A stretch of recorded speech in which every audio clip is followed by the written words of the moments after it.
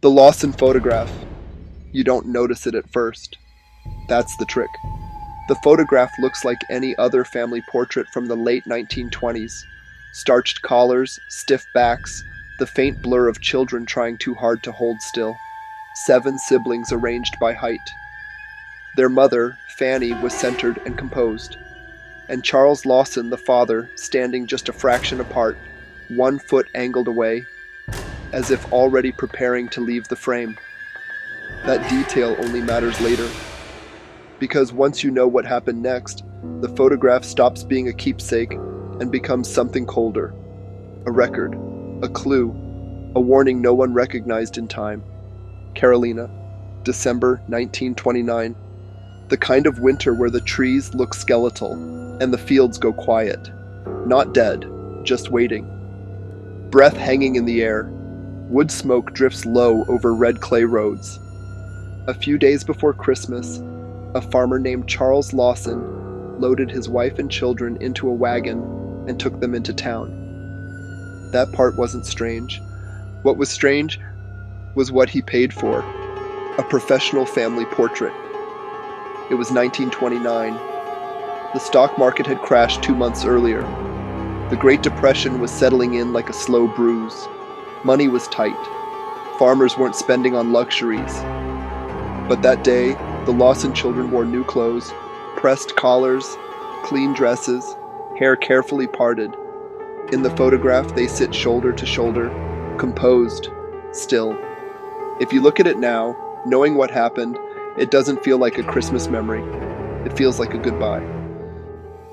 Christmas morning. December 25th broke cold and gray. Inside the farmhouse near Germantown, the Lawson children woke early. There were small gifts, fruit, candy, and simple toys. Nothing extravagant, just enough to bring smiles in a hard year.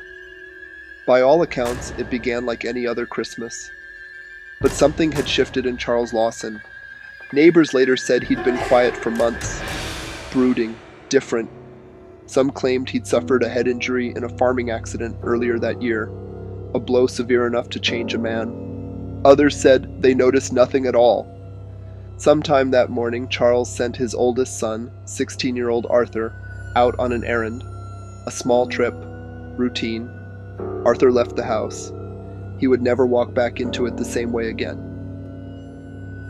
The first shots. Outside, 2 of the Lawson daughters, Marie and Carrie, were preparing to visit relatives. Charles stepped out with a shotgun. There was no argument reported, no shouting heard by neighbors, just the crack of gunfire cutting through cold air. He shot them both, then he walked back inside.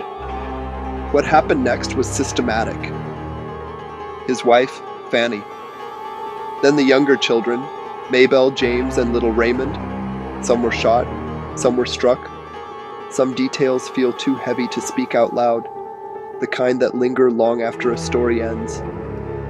7 members of the Lawson family were dead before the day was over, all except one, Arthur. The walk to the trees. When it was finished, Charles Lawson did not flee. He walked into the woods behind the house. The trees were bare that time of year, no leaves to soften the silence. Hours later, neighbors searching the property found him, dead from a shotgun wound. Some accounts say he had carefully folded his coat beneath his head. Some say his hands were crossed.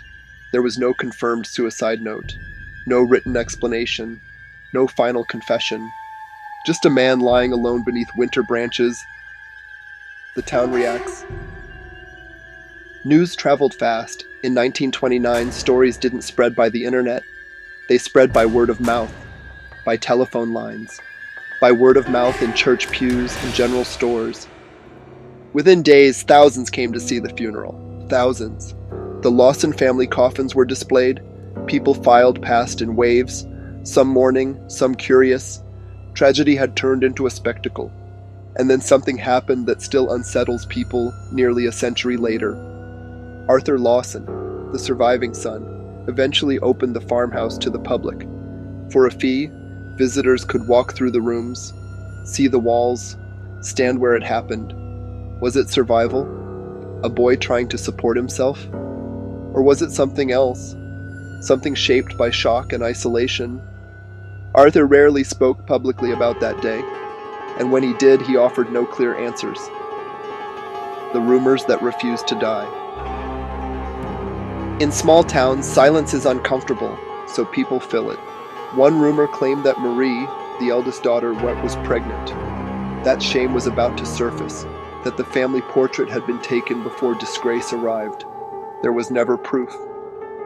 Another theory centered on Charles's alleged head injury, that something inside him had changed. That damage invisible to the eye had rewired his mind. Others whispered about financial strain, the weight of the depression, the pressure of feeding a large family when crops failed, but none of it adds up cleanly. There was no manifesto, no documented abuse history, no clear pattern of violence before that morning. Just a photograph, and then devastation.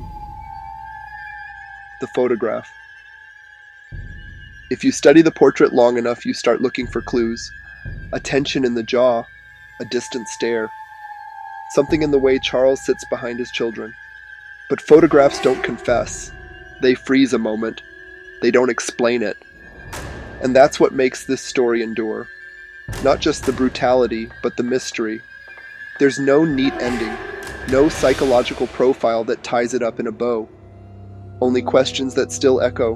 Why take the photo? Why send Arthur away? Why Christmas? Why no note? The weight of it. The Lawson farmhouse stood for decades after. People claimed it felt wrong, heavy.